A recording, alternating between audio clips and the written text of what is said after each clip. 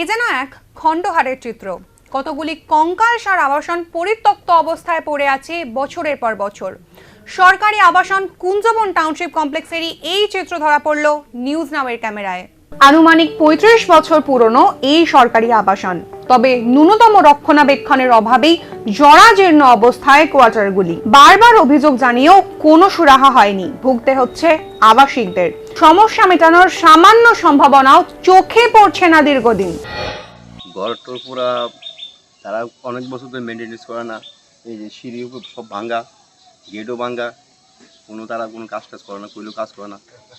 অবিধে কাজ নাই, কোনো কিছু ওয়ান টাইপে কোনো কাজ নাই। আমরা কি ওয়ান টাইপে দেখি আমরা কি অবস্থা। ভাঙাচোরা কোয়ার্টারগুলি বর্তমানে প্রায় বাসের অযোগ্য। কোনো মতে গা বাঁচিয়ে চললেও অনেক ক্ষেত্রেই আবাসনের ভিতর যাতায়াতের সময় পড়ে গিয়ে চোট পেতে হচ্ছে আবাসিকদের। এই নিয়ে বেশ উদ্বেগের মধ্যেই দিন কাটাচ্ছেন কুঞ্জবন টাউনশিপ কোয়ার্টারের বাসিন্দারা।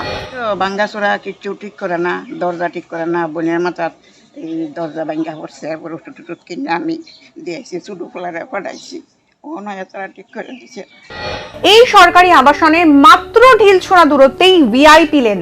মুখ্য সচিব থেকে শুরু করে রাজ্যের বহু গুরুত্বপূর্ণ আমলারা থাকেন সে রাস্তায়, অথচ তাদেরই অধীনে কাজ করা সরকারি কর্মচারীদের বাসস্থানের হতশ্রী অবস্থা।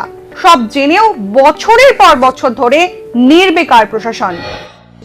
এটা একজন পরিবার কাজ ছিল, এখানে তার মা বাবা মারা গেছে, এরপরে তার ছেলেরা আছে, ছেলের পরে এখন এই দেমি শুয়ে পড়ে রয়েছি।